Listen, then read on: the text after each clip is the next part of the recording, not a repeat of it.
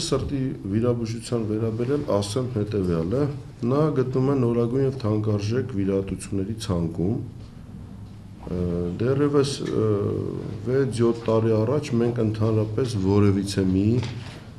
փոխհատուցում, բուժօգնություն չէինք անում, նույնիսկ այս որոշումով։ Հետո փոփոխություններ եղան, ընդլայնվեց ցանկը։ Ինչ ընդլայնվեց։ Առաջինը 36 բալ եւ ավել ունեցող ընտանիքի անդամներին մենք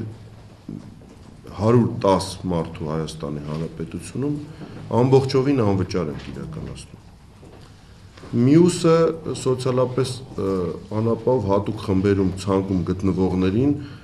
փոխհատուցում ենք տալի պետության մասնակցությամբ, դա համավճար է պետության կողմից 365,000 դրամ փոխհատուցում ենք տալիս։ Հաջորդը, ուրեմն դուք գիտեք, որ նոր խմբեր են ավելացել,